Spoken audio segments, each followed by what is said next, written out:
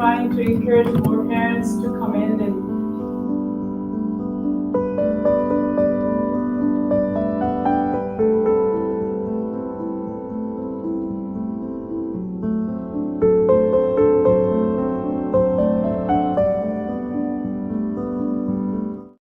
All right, perfect. So again, good morning. Thank you so much for being here today. This is our first family engagement of the year. We are going to have a lot happening. So we will share all the dates ahead of time as well with you and the topic so you guys know what the sessions are going to be about. And thank you for being here in person. As I was mentioning, we're encouraging parents to feel free to come into school and be here with us because, you know, the in-person changes the engagement. It'll be like face-to-face, you guys can ask questions, you can feel free to participate at any time. And I want to thank all the parents also that join us online because I know a lot of parents cannot even make it here because of work, so we understand. And thank you for joining us online. So today we are going to be talking about a very, very important topic, which is testing. All right. Now, is everything we do about testing? Yes and no, right? Because testing, we want our kids to know the material. We want our kids to grow. So that's what testing is here for, and this is why it is important to really focus when we have testing. Now, Ms. Razzak is going to be presenting with me today. Mr. Razzak, you can come and join. Yes. She will be in and presenting on the second piece that talks about the healthy habits that we need to work on every day, but especially during testings, because that will help students, perform better. So the first thing we're going to talk about today is why testing matters, why it's important, okay? Again, we don't do everything because of testing. What we want is for the student to understand the material, for the student to understand the concept. Now, why testing is important is because it measures the growth that the students are going through. It tells us what the students are understanding and what they're not understanding. It helps provide data for the teachers to help us understand what the student is going through and what support we need to provide. So that's why we continually do a lot of testing.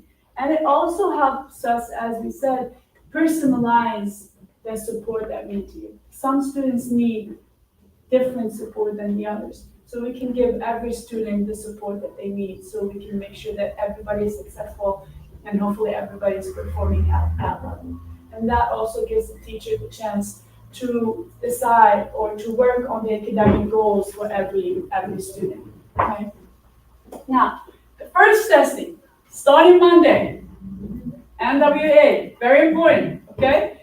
We don't want to stress the students that, NWEA, we have a test, be scared, we don't want to do that, but we also need to talk to students. So just for you to know, I will be going in the classroom today, every single classroom, talking to the students about NWEA starting on Monday. We want to tell them that how important it is because it will set up the tone of what are we going to do with them this year. So we want them to try to do their best. Parents, please talk to your students this weekend about testing that's coming up on Monday. Don't be scared, but take it seriously. The first thing we want is we don't want them to click and go through it, click, just because I want to finish. Very important for them to really show us what they know so we can actually help them throughout the year and give them the support they need so we can make sure that they're growing throughout the year. So NWEA is an adaptive test that is in reading, math for all classes. Second and up, they take also ELA, that's more like grammar and structure and stuff like that. And then third and up, we add science as well. So if you have students in different grades, some students are going to take different grades, different tests. Okay, reading and math for everybody, and then ELA and science for some of the grades. We do it 3 times a year in September to tell us where the start point is. Back in the winter. In the winter, we only do reading and math. We don't do all of the subjects. Okay, only reading and math. That's how the growing is happening. And then back in September, that's the final one, and the spring, sorry. That tells us exactly how much the students grew that year and what's the expected growth for them. Now, it measures individuals' growth over time, so we will talk more about the norms and the RIT scores in a minute. It provides a RIT score, and that's what you will take at home. So you will be able to see your students' RIT scores, and we will talk what that is about. It helps teachers, as we said, differentiate instruction. So once we complete NWEA, what we do from our side as a school, I sit and meet with every grade level teacher. And we bring all these scores and we sit and look at every student individually. That's what we do. We look at them, at their scores, how they're performing, and we look also at the work that we're getting from the classroom, the regular assessment, the formative, and then we decide from there what every student is going to get, what kind of support to make sure that the goal is in September, we want that student to get to that RIT score. So for example, if my student is starting at 190 right now, we project that he's going to be 200 in the spring as a RIT score. So what are we going to do to make sure that he gets to that 200? All the support that that student needs, okay? So this is what we work on, and we do that meeting regularly with the staff. Every 6 to 8 weeks, we sit with the teachers, we look at the grades, we'll look at what they're doing, how the students are doing, and then we adjust support as we go to make sure that students are getting everything they need. NWEA norms. There are two different data, not different, but two data that we'll look at. The norms are the average. So where is that student in the plot as far as all of the students in this state in that same grade? So if we have a student in second grade that is performing at this norm level, where is he compared to everybody else in the state of Michigan in second grade? Is he on level, below level, above level? So that is the first data we'll look at, okay? And then the second data is the RIT score that we're gonna talk about. Now we have a little changes here with the NWEA norms, okay? We've been using for the past 5 years the 2020 norms. This year we're going to use the 2025 norms. And the study that they did is they looked at all the data from the past 5 years, especially after COVID hit, and they realized that the scores are going down. During COVID, we all know students stayed home. We tried to provide learning as much as possible, but it was not as it was structured in the classroom.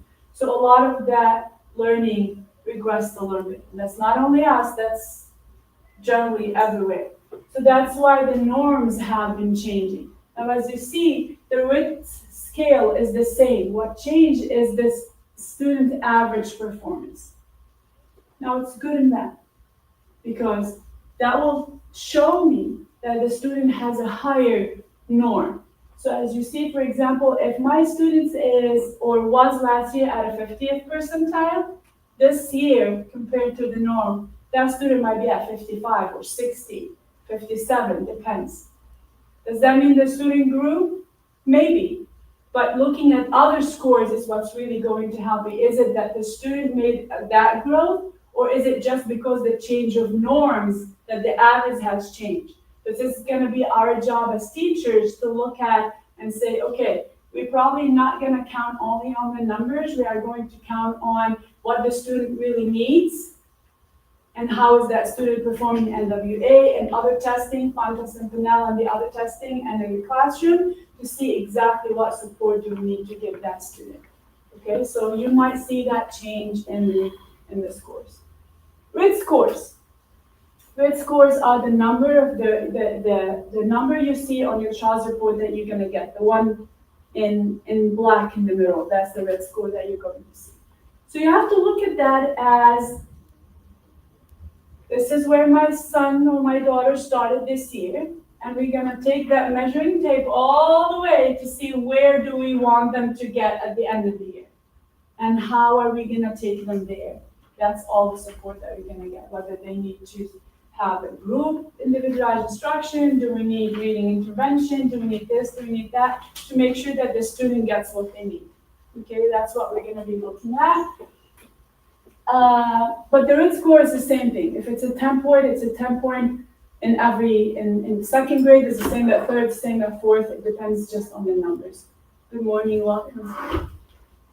Now, why is this important? As we mentioned, it is very important because it will tell us what do we need to do with a child, okay?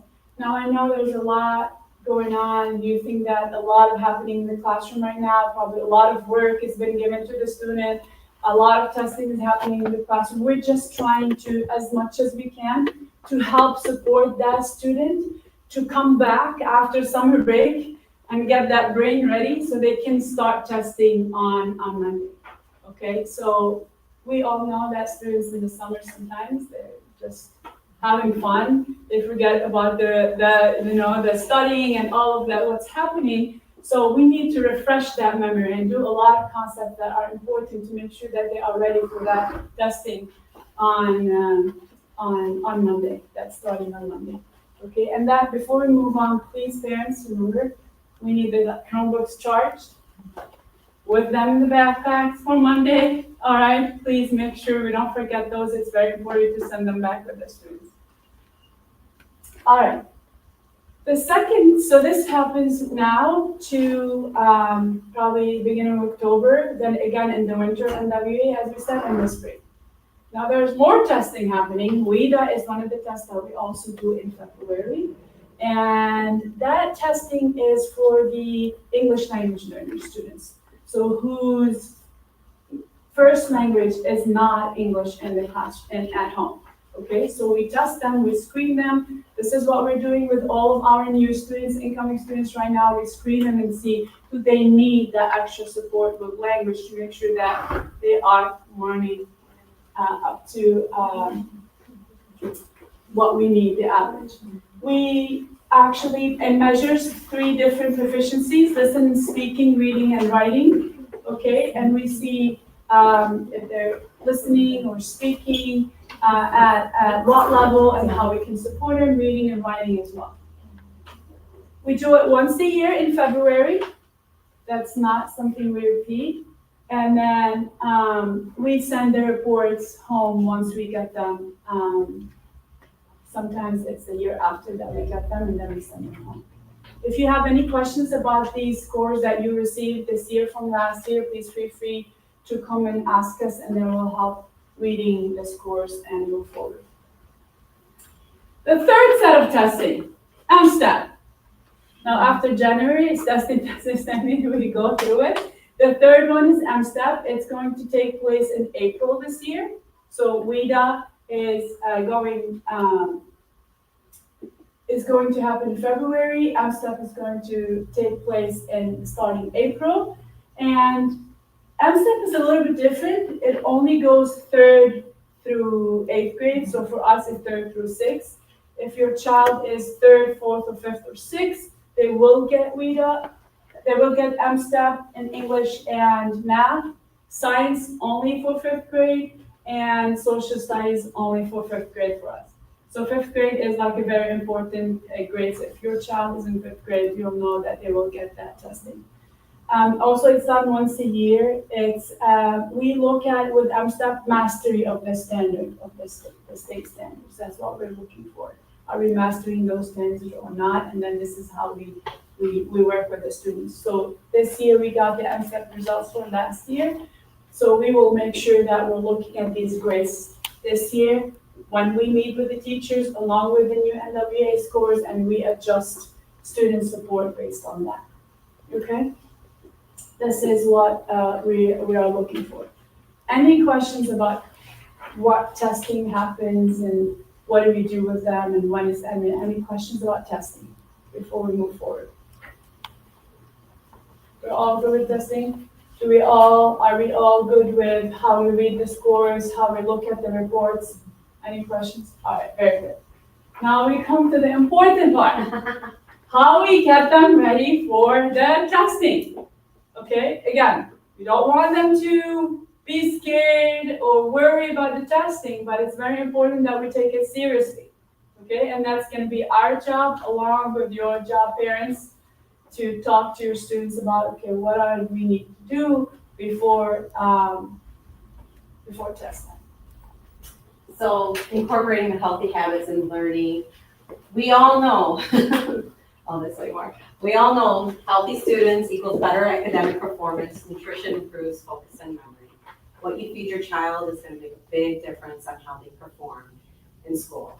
I mean, I know there's been times that even if you eat something, you might feel a little tired, that didn't work well with you. So it's important to make sure that your child is eating good, healthy foods, nutritional food, to help them with their learning. And that's everyday learning, but also very important for test time. So over the weekend, I would focus on eating healthy, whole foods and making sure your kids continue that during testing throughout the week. It's very important. Healthy snack. We only need to bring one healthy snack. And I always encourage fruits and vegetables because the way the child processes it, their gut health and brain health work together.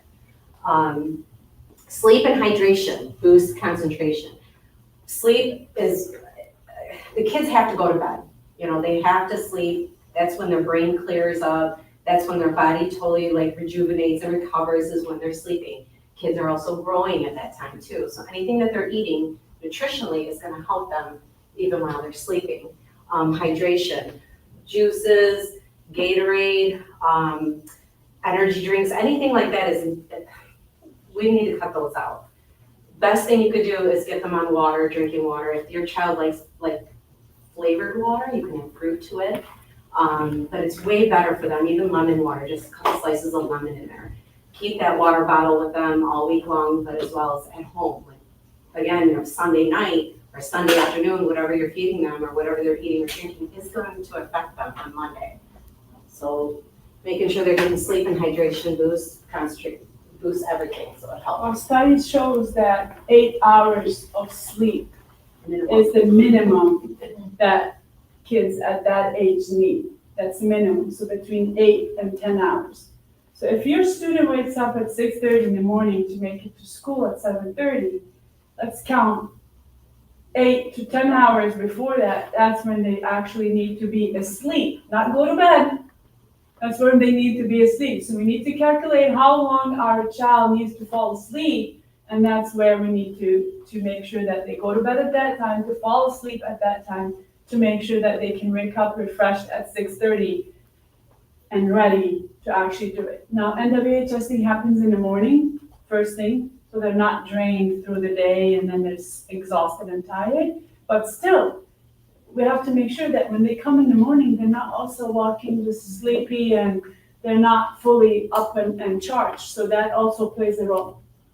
Okay, so please just let's keep an eye on that as well. Exercise reduces stress and increases energy. Okay, we know exercise. Over That's the the right weekend, person. and throughout the week too, while they're testing, at least 30 minutes of movement. Let your kids get outside and get some fresh air, especially even this weather's been beautiful. Let's take advantage of it. But even during the week after school, testing is all week. Make sure they're getting exercise. You know, they're moving their bodies. They're, you know, clearing out their bodies outside, getting fresh air, the sun. That's all going to help them. And then, you know, I do my part with the PE when they come in. So I got them here. I just need you to do your part at home. 30 minutes minimum. Yeah, also study shows that movement and exercise reduces a lot of like diseases that we can get when we grow up. Alzheimer's, memory loss, all of these also, it helps reduce these. So let's start that practice from when they're young. Let's get them moving, let's get them exercising, let's get them, you know, it doesn't have to be going to the gym every day to exercise, but going around, play, do something, not sit on the laptop or iPad or phone all day. You know, that generation is just the iPad, phone. We don't want that. So let's just get movement. Okay, they're getting a lot of computers during, you know, other periods. Let's get them up and moving, please. Okay. So we already talked about 8 to 10 hours of sleep. Balanced breakfast, protein, whole grains, and fruit. Breakfast, something. The kids got to eat something. If they're sleeping all night, at least 8 hours, and then they're not, you know, their probably last meal was for about 6 o'clock the day before. When they're awake in the morning, they should be hungry. They should ask for something. And what you want to feed them is protein, which is something simple like eggs. If your child doesn't like eggs, there's other proteins that you can give them in the morning. Yogurt, and Greek yogurt has it. We can get a whole menu together with that. But whole grains and fruit, fresh food. Whole grains, simple like toast would do fine with them, and eggs and toast, like an egg sandwich would be ideal. But that all, like I said, the healthy eating is going to help them with their how they function and how they perform in school. So balanced breakfast every day. Try to get them in a habit of eating something. If your child has a hard time eating in the morning, just start with simple fruit. Give them some like a banana or like an apple. Just start something small, and then throughout the week, you'll notice they'll start eating more. Drinking water, avoiding soda drinks and juices. We know too much sugar. And that's just all over. The kids will be spread. So stick to the water with the fruit in it, the fresh fruit or just water, and they can stay hydrated. The sugar that we buy, the juice that we buy from the store, if you really look at it, it's probably 70%, if not more, pure sugar and coloring. That's what we're drinking. So please, let's try to cut back on that and train them that, we can do fresh squeezed juice at home and let's drink that. If they like juice, great. And now it's the season. Orange juice, tangerine juice, lemon juice, pomegranate to boost immune system so we don't get a lot of sickness and cold and flu to fight that. But let's do it with like natural vitamins so we can actually help them fight that and not get a lot of sickness. But the juices, it says, boost with vitamin C, this and that, but really it's not. It's sugar, water, and coloring. That's what really is in it. So let's do that. One of the things you can look at to see what you're in the juice boxes is when you look at the ingredients, the first thing that's on there in ingredients is what it's mostly contains. So if it says sugar, then you know that juice box, the first ingredient is going to be the most amount of it in there. And the last part of the ingredients is going to be the minimal. So you'll notice that there's a lot more sugar and added sugar to the juice. So eliminate that if you can. Arrive on time and relax. Well, I see the kids every morning. Some of them are rushing. They're here late. They're coming in late. Teachers are starting their lesson. Let's get them here on time, like 7:50, where they can come in, hang up their coats, get ready for class, drink some water, sit down, especially testing. Work on getting them here early. Our cafeteria opens up at 7:30. They're allowed to go there and have breakfast. Kind of get warmed up for the day, get ready for the day, wake up. I know there's a lot of kids that are walking just tired, coming in the morning. But then 7:30 gives them an opportunity to get moving and get socializing and talking with their friends and eating breakfast, drinking their milk, and all that good stuff. Yeah, please make sure, that's a very good point. Please just make sure that are here on time during testing so they're not actually stressed and rushing to get started, especially that if we actually started the session before they come in, then they're gonna feel like, oh my God, I'm in here, everybody already started, open, I'm gonna start clicking. We don't want that added stress to be a factor that's gonna actually bring down their scores, okay? Let's just make sure it's only about 2 weeks or so. Hopefully everybody's gonna be done by 2 weeks. So let's please just make it a practice to try to be here as much as possible. Now that we don't have construction anymore, now they're good there, it'll probably be a great idea to just make sure we get there on time, please. Okay, healthy eating and performance. You want to choose fruits and vegetables over like sugary cereals, lean proteins, whole grains, water. These are the things you want to go for. Avoid sugar cereals, soda and candy, chips and junk food, and fatty foods. Fatty foods are like your cakes, cookies, ice creams, or even like those danishes that are in a package. Avoid those type of fatty foods and sugary foods. Sugary cereals, it's not going to do anything for them. Like Trix cereal or Lucky Charms. I don't even know what the new cereals are now, but like those sugary cereals. Yeah, Fruit Loops, that's not going to do anything for them. It's not going to help them. They're going to crash. They'll eat that in the morning, be ready to go, and then they're going to be like, oh gosh, it's going to hit them. Yeah. So, I'm pretty sure our kids are pretty good about getting into that, the fruits and vegetables and the proteins, But let's choose healthier options for them and get better performance. Ms. Razzak, talks a lot about this with the students during PE. She really does a great job, amazing job drilling that in their brain that please eat healthy, let's make healthy choices, let's keep our body healthy, let's live longer, hopefully no diseases, so let's get to do that. If you are having any trouble at home or your students are fighting back with that, oh no, I want this, and now every once in a while they want to eat chocolate. It's normal, we do that too.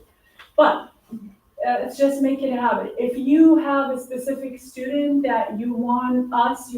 Razzak to talk to them about that, if they're fighting you with that at home, please let us know. It can help as well. We all know kids listen to the teachers, and I'm a parent, I know. I'll say the same thing at home, they don't listen. When they go to class, the teacher says this at home, the teacher said, really? I've been saying that for like 3 months. Now the teacher said, but we know this happens, right? So we're parents too, so if there's any support that we can do with that, please let us know. Be open, we can help with that. Leading by example. Like, you guys should be eating your fruits and vegetables too. Leading by example. That's true. Okay, here is the My Plate. This is what we're teaching the kids. It gives you a great idea of how much of each protein, grains, fruit, and vegetables that the kids should be eating. And you see the vegetables are a little bit higher in grains and protein and fruits. Mainly this shows the kids like, okay, I should be eating vegetables, I should be eating my protein, a little bit of everything. And this breaks it down, your vegetables, your varied vegetables. I would do them seasonal. Whatever's in for the season, that's what our body would need. Same thing with the fruits.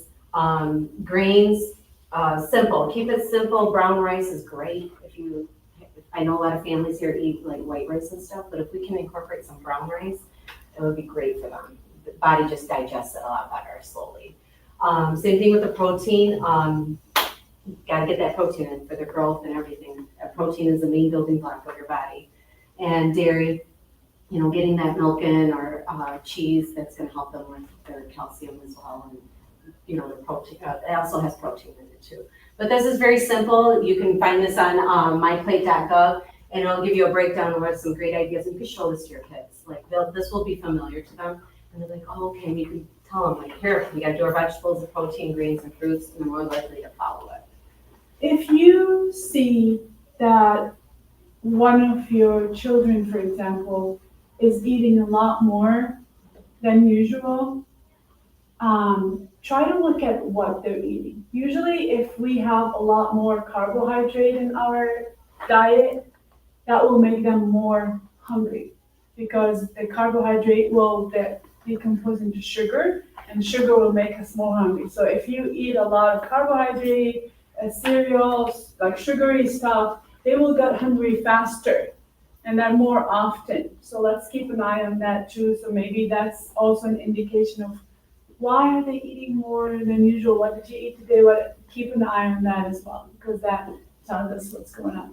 An easy way to remember this is just the protein and good fiber, because good fiber also has good carbohydrates in there. And your brain does need carbohydrates to function properly, but it has to be good carbs. Yeah. Like a potato versus potato chips. Yeah. So they still need those good healthy fats and carbs, but good protein and good fats will help keep them full, stay full. This applies to you guys too. Nutrition. Okay, healthy eating for families, connect at meal times. This is the time where you can sit down together for a meal when you can, turn off the TV and put away screens and devices, and you can unplug and interact and focus on each other. That's the time for you to catch up with your kids too as well. How did your day go? What was great about your day today? What are some things that, you might help them reflect on their day? That's your time to bond with them, and also just kind of find out where your student is. Like, how do they feel, even with the testing? How did you feel today? What went great about your testing? What can you do tomorrow to improve the way you feel today from the testing? So that's your time to talk with them, connect with them, and also enjoying your time eating together. Plan your meals. Reduce stress at meal times by planning out the meals before the week starts. Include quick and easy dishes or leftovers or nice that are extra busy. Food prep, I know we got busy families, you guys are on a go, go, go, kids have activities after school. It's easy to food prep, you know, and I know a lot of mothers and fathers that are, oh, what are we gonna have today? And when they're already picking up the kids, they're trying to figure it out. Just plan it ahead of time, like your whole week, like what you wanna cook. I know some go grocery shopping once a week and get all their stuff for the week, but plan it out and include the kids to plan it with you. Like get their input, get their like ideas of what they would like to eat and incorporate it with your cooking throughout the week. But you can easily make it where you make enough food for 2 days and the kids can be involved, they'll eat it. Trust me, they'll eat it. They will. Letting everyone help, kids learn by doing. Younger ones can mix ingredients, wash produce, or set the table, but older kids can help with ingredients. Everyone can help with clean up. Giving jobs to your kids at the dinner table, like who's gonna help out, who's doing what. Give them a responsibility. It'll make them feel included. It'll make them want to be involved with picking out the foods, eating healthy foods, sitting down and eating with you. And a variety of foods, seasonal foods. Some kids, like they may not like something one week, but because they're growing and they're learning, I always tell the kids too, I'm like, just try it again. Maybe in a month from now, you might like it. Like something, your taste buds change. Maybe, you know, you didn't like it that day or you'd like it a week from now. But just always give it a willing to try different foods. But I do know if you have them help you pick out foods or go to the grocery store and pick out fruits and vegetables, they're gonna try it. And it's okay, if they don't like it that time, they can try it again next time.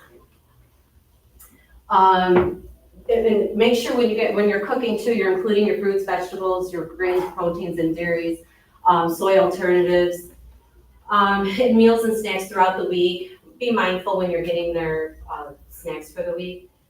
Like I said, stick to fruits and vegetables. It's easy for them to eat, and also when they're in class, if they're working, it's easy to eat a fruit or vegetable with one hand and do work or read with the other.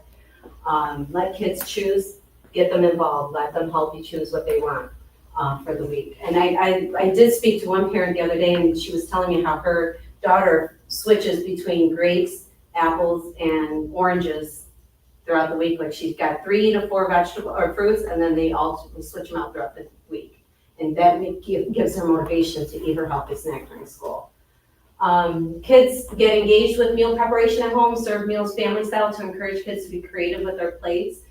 I know it's very easy for you to get it done for them because you just want to have them sit down and eat. Let's go. We got things to do. We got homework. We got whatever after school activities. But let them help you. Let them help you with the meal prep. Let them help you even serving themselves too, giving them that responsibility. We'll encourage them to be more responsible with eating as well. Offer non-food rewards, healthy non-food rewards, but foods aren't only the rewards that kids like. Younger kids may enjoy gathering points toward a special outing, and older kids could earn extra screen time or allowance. So rewards with the non-food. You can set a goal, like if they accomplish what you want them to throughout the week, Friday can be a nice way to go together and go get some ice cream, right? They've been eating healthy all week, doing great all week, exercising, performing. Frozen yogurt. Like frozen yogurt, sherbet on a Friday. Go as a family, sit down there, eat it together. Don't bring it home. Just go there, sit down together, enjoy your treat, and tell them, you know, this is for doing such a great job all week. And you enjoy that family time together, and they get that little bit of what you call like a sweet tooth or cheat for the week. And make it special, and then when you're done, throw it away, go back home, start all over again. But there's other rewards you can do for the kids. There's like a Zap Zone, there's different activities. I know you know what the kids love to do and go out. You can use that as your crunch for them to perform well all week.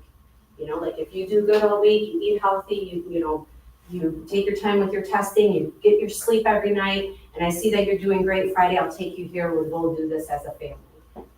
They will work for it. And if you put it on the fridge, like a sticker, Monday, Tuesday, Wednesday, Thursday, and that Friday, they're looking at those stickers like, okay, Friday's coming, we're going out, we're gonna have fun because we did well all week. And then the brothers and sisters, if you have siblings, kids, they'll encourage each other as a team to do it. You know, we have to admit that life changed. There's no, hiding that. Especially after COVID, students lost a lot of their social skills. You know, like my kids are a little older than elementary, and then we see the trend. Those kids are sitting together or they're texting each other. It's so weird. And I'm like, what are you guys doing? They're like, we're talking. How? I don't see your mouth moving. What's happening? Oh no, we're snapping. I'm like, you're sitting right next to him. Why are you snapping him? You know, like some things are, but this is what's really happening, unfortunately. That's the truth. And it's students are losing social skills. Students are losing like the motivation of, you know, the creativity of if I don't have anything in front of me, I don't know, I'm bored. What happened when we used to go out and find a little something and play with it and make it a very nice game and be so creative?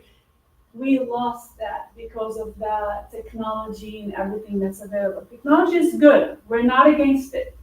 Okay, especially now we can't find a job if we're not really technology savvy. Everything is on technology. We're not ignoring that fact, but it's very important that we find the nice balance that, okay, we still need to make sure that our kids interact, socialize, speak, learn how to make good choices, learn how to control and have a will that if everybody is on Snapchat, I don't need to be. If everybody is on Instagram, it's okay if I'm not, because now it's becoming a peer pressure too. If everybody is eating chocolate and candy, it's okay if I do not. You know, make them, you know, strong enough to have that will and make their own right choices. And that takes work. That takes work. And that starts from young age. They need to know that I'm confident in the choice I make, and I don't care that what everybody else is doing. If I believe in it, I'm gonna do it. And it's very important that we train them to do that. And that comes from everything that Ms. Razzak just shared. You sitting with them at the table, talking to them, asking them, teaching them that they can share how they feel, what they've done, what they're going through, you know, have them decide what they want to eat and what not, and what's good and what's not. That's all the critical thinking skills that they're gonna have to learn. It looks like I'm only picking carrots or cucumber, but that's a critical thinking skill that they're actually learning as well. So let's just try to train them to do that as well. Okay, how can parents help? Encourage positive talk, do your best. I cannot express this enough every morning. Positive energy, positive talking to your kids. Your car ride is a very important car ride in the morning. That's when you can really get into your child and really boost them up and talk to them. That's when they're listening to you. Sometimes I see kids in the back seat on their iPad. It's like, no, that's the time that your parents, you should be talking to your kids, encouraging them to have a great day. All right, what is the goal for today? Like set some goals from them. Okay, you're gonna do this today, you're gonna do well today. What tests do you have going on, or what assignment do you have today, or what book are you reading? Like, all right, when you do this, I want you to tell me something about it when you get home from school today. But give them that positive encouragement and that confidence to do well every day, whether it's testing or just even coming into class every day from school. Give them that positive talk and pep it up, get your voice up, you know, say, all right, we're gonna have an awesome day today. Support the routine, sleep, meals, and homework. You're there, you know, that's what you're doing. You're a teacher too as well, right? You gotta make sure that they're getting sleep on time, meals, and homework. Make a routine for them. You know, Sunday through Friday, this is what we're doing. This is what time we're going to bed. These are the meals we're gonna be having. And visuals. You'll see that we put visuals up in our classroom. If you put up on your fridge, the calendar of what you're gonna be making for the week and what time is bedtime, they will go by it. They will look and they're like, okay, they like schedules. They like structure. Yeah, they do. They work well with structure. Same thing with homework. Homework is just practicing what they're learning in the day. And the teachers need your support with that too, and your student needs your support with that. Giving them that support homework, and if you have any questions, feel free to reach out to the teacher to get any questions that you may need. We got Parent Square, which is excellent communication. Great way to get in touch with your teacher too, as well as, you know, getting the homework on time. And sit down with your student and see what they're learning. You know, we learn with them. Provide healthy meals and snacks, please. Only healthy snacks to school. If you have any issues, please let me know. I will talk to your student. I will encourage them, motivate them, educate them even more about why it's important to bring that one healthy snack. a day. And then stay engaged with the teachers in school. Talk to us. We're here. We're here to make your students successful. That's our number one priority, is to make sure your student is successful, not just for like their studying and testing and all that, for their healthy lifestyle. We want to incorporate that. We want them to make healthy choices, make good choices. Our partnership, school provide instruction, data, and support. Parents reinforce healthy routines at home. And then together we build the habits that support growth and success. So we do our part, you do your part, kids do their part, we do it together. And that's how your kids are gonna do well. That's how we've been doing things at NIA, is working together, working with the families, working with the students to get that success. Okay, our goal is to be number one. Just I want to add to that, we are here to help you, we are here to support you as much as you are here to support us. Our policy is an open door policy. If there's anything that is going on that you heard, that you need, that you're questioning, that you have a concern, whatever that is, please come talk to us. You might hear things, you might have an idea, that we probably didn't even see or think about, or it might happen. Just come tell us, and then together we will work on it and do something about it. But if you just keep it and talk about it outside and we don't know, then how are we going to be able to get there? So please feel free, anytime, stop by, talk to us, let us know any ideas, any concerns that you have. We are here to listen to you and to help you and support you, so you can support us and we together support the students. Okay, so that's, please, just open door policy. Just let us know. Whatever you need, we're here for it. Okay? Okay, thank you. Healthy habits, strong performance tomorrow. Yes. We know. Yes. We gotta get this healthy habits. Okay? Yeah. Do it at home, practice at home. I promise you guys will feel great. You'll feel great leading by example with them, right? The kids are watching you. You're their, everything. You're their hero. So do it with them, and I promise your performance will be just as good as the kids. Any athlete, no matter how good they are, if they don't practice every day, all year long, even if season is up, then they're not going to be good for next season. It's just a fact. Football season, right now, right? Football's going on. If football season is done and those players don't keep practicing, their performance is going to go down. And this is the same thing with our students. We're going to have to keep practicing everything, every little thing with them.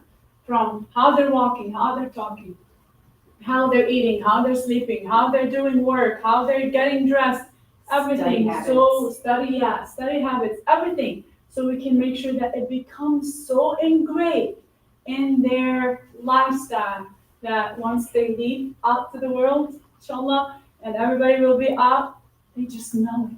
We don't need to worry about them anymore. We want to make sure that once we're good, we're safe, our brain is and heart are safe, that we know our kids know how to do that. But this is where the time, right now, we are in elementary school, this is where we are going to create wonders right now. Okay? So please, let's just work on it together. Any questions? Anything that anyone would like to share? Yes. So for testing, I saw on the calendar, it's a few weeks. Is it divided up by grade, or how does that work in terms of the testing days? Yes. Is it each day? Yes, it's every day. That's a very good question. Thank you for asking that. The question is, thank you so much. Thank you. Any questions for Mr. Razzak before she leaves? How does BAS contact you? How did BAS contact you if we have? Parent Square. Okay. So Yeah, I should be on all the classes. I'm on all the classes. I'm in all the groups, so you can contact me there, and also my email address. Okay. I can give it to you before you leave. Oh, yeah. We'll share. I'll share. If you go to Parent Square, do you have Parent Square? I do. If you go to Parent Square and go on the bottom, there's messages. You can send direct message if you'd like. Type Ms. Razzak's last name on there. She'll pop up, and you can just message her. Or we'll put her email address as well. Perfect. Thank you. Thank you so much, Mr. Jack. Appreciate you. So back to your question. Testing is over a 3-week window because we only test 1 hour a day. We don't overstress students. We don't overwork their brains so they can perform well. Because we know that students at that age cannot concentrate for too long. So that 1 hour, we start with reading. That's what everybody's gonna start with on Monday. They do 1 hour only a day, and within that 1 hour, they take in the middle a little break, 5 minutes break. So let's say we do 25 minutes, 30 minutes, kinda. We take a break, 5 minutes, get up and stretch and do whatever they need to do, and then we go back for another 30 minutes, and then we save their test for the day. We come back tomorrow and start again where they left off. And then until we finish. Now we have a bigger window, 3 weeks, but that does not necessarily mean that we are going to use the 3 weeks. Maybe younger kids might need longer time to finish the test. Older kid must finish it in probably 2-3 days reading, 2-3 days math, 2-3 days ELA, something like that. But they just test one, and that's why you see it over a long period of time. 1 hour every morning, they test, and then that's why we need them to come in awake, ready to go, eat well, because we do it in the morning. Because after that, they go to PE, health and fitness for lunch, they get drained, they get too tired, so they won't perform well. That's a very good question. Thank you for asking. Any other questions that you guys would like to?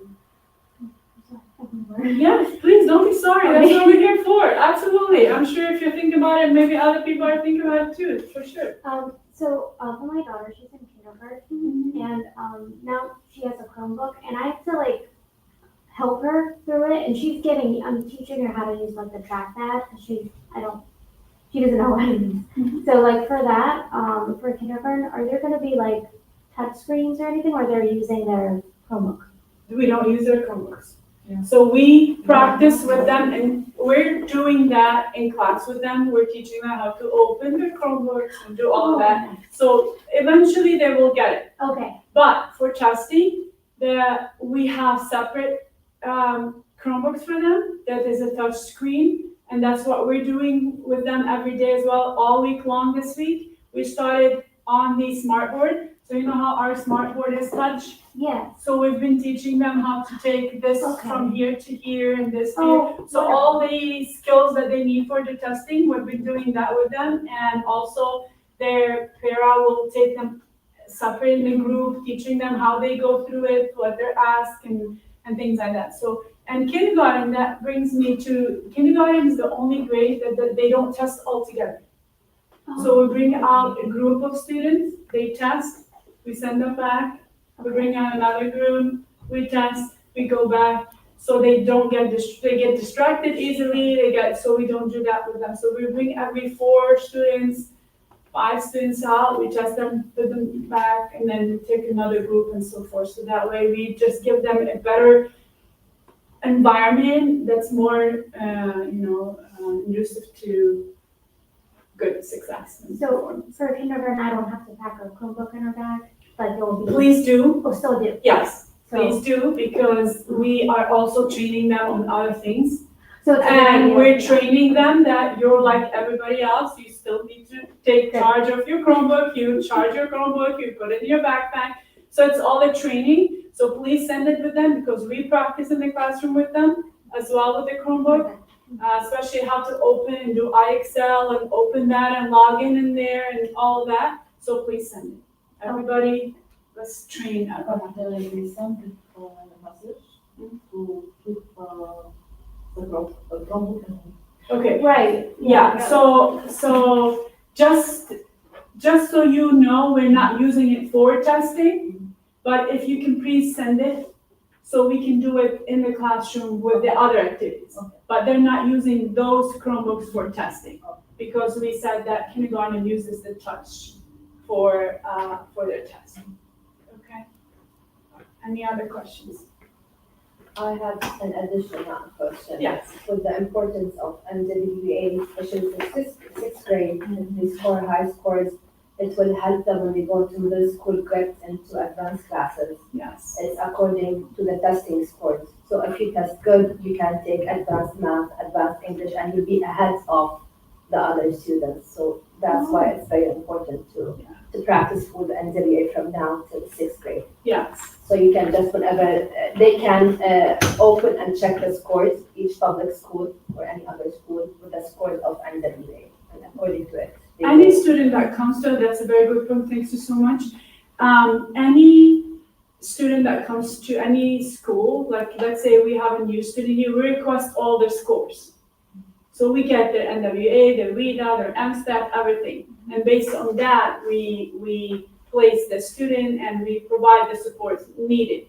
And not just for 6th graders, but that applies here too. So if our student, let's say, is in 3rd grade, 4th grade, okay, and they performed way above state level or grade level, then that's good for us because we need to know, and the teacher needs to know that that student, you need to give them a lot of other things for him, so they don't get bored in the classroom, they don't start acting up in the classroom. So it's not only we're looking for the students that are not performing on level, but we're also looking for the overperformers because we need to give them up to their level. So we differentiate based on that.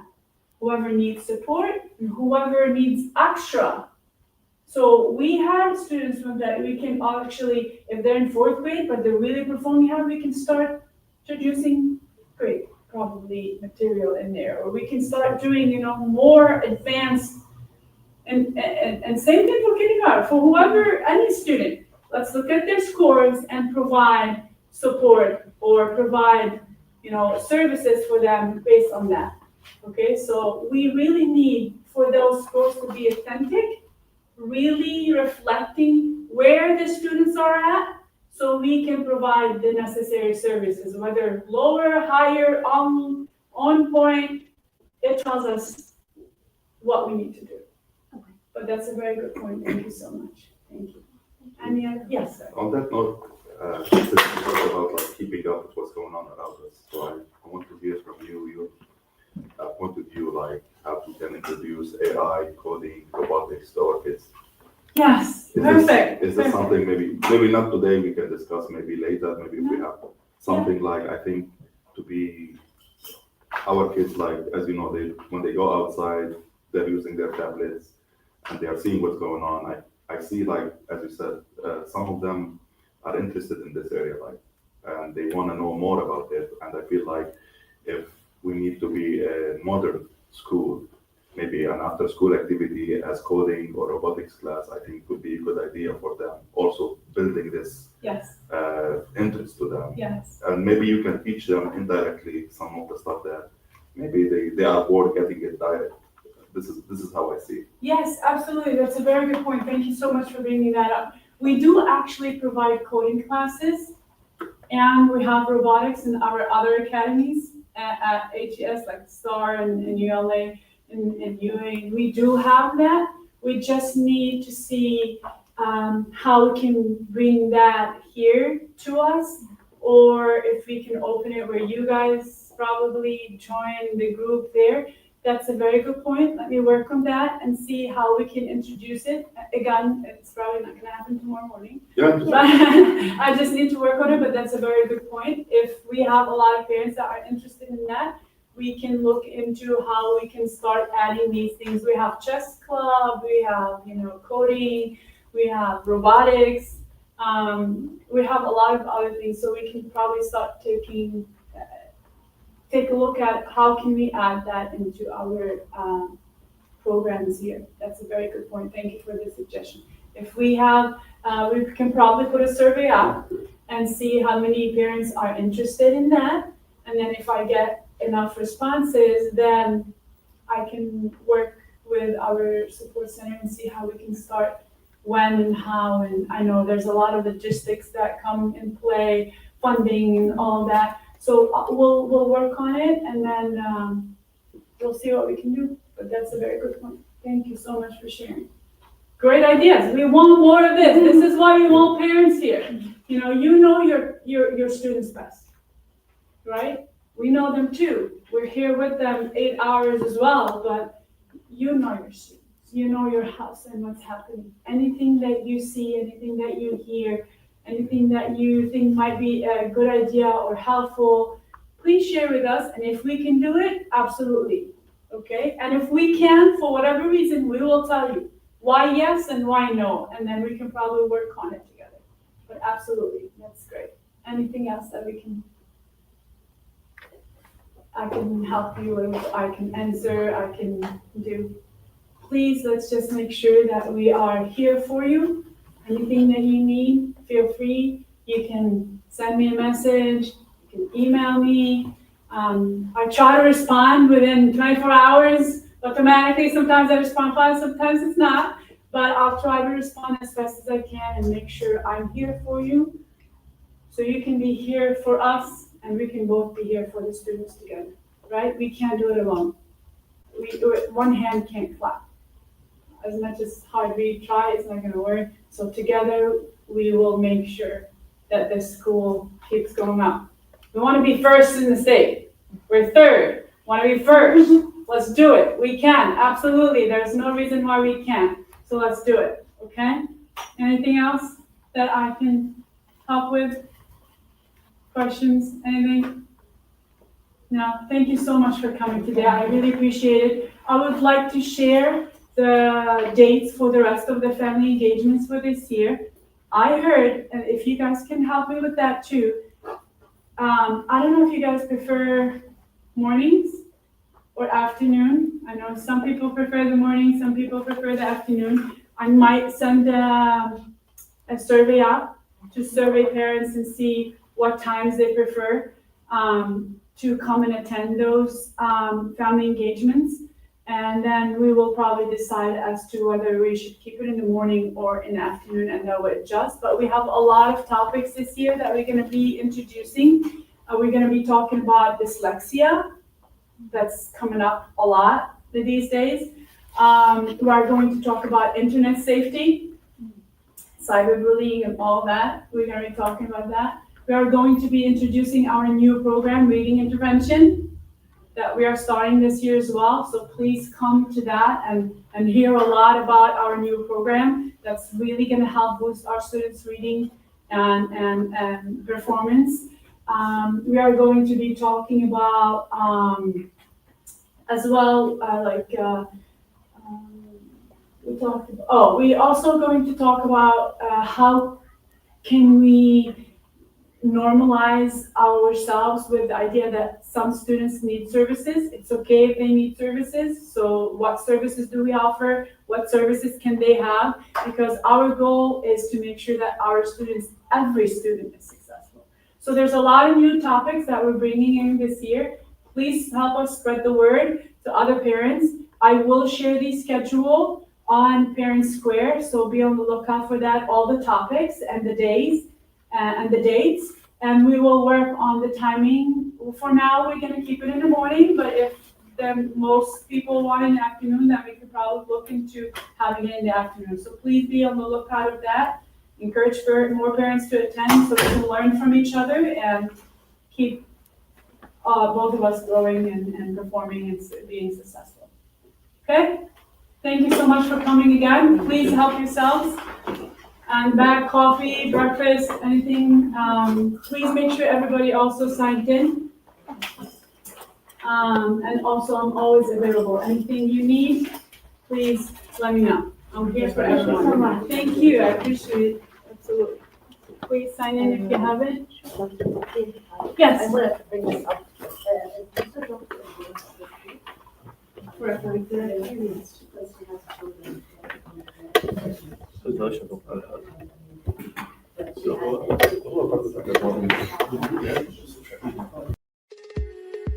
HES Academies have been serving the Detroit metro area for over 23 years, promoting academic excellence, leadership, and cultural diversity, ranking as some of the top schools in the state of Michigan. Our pre-K through 12th grade students enjoy tuition-free, state-accredited education by STEM certified and highly qualified staff with no geographical restrictions. and with advanced placement, college dual enrollment, scholarship, and Arabic language programs.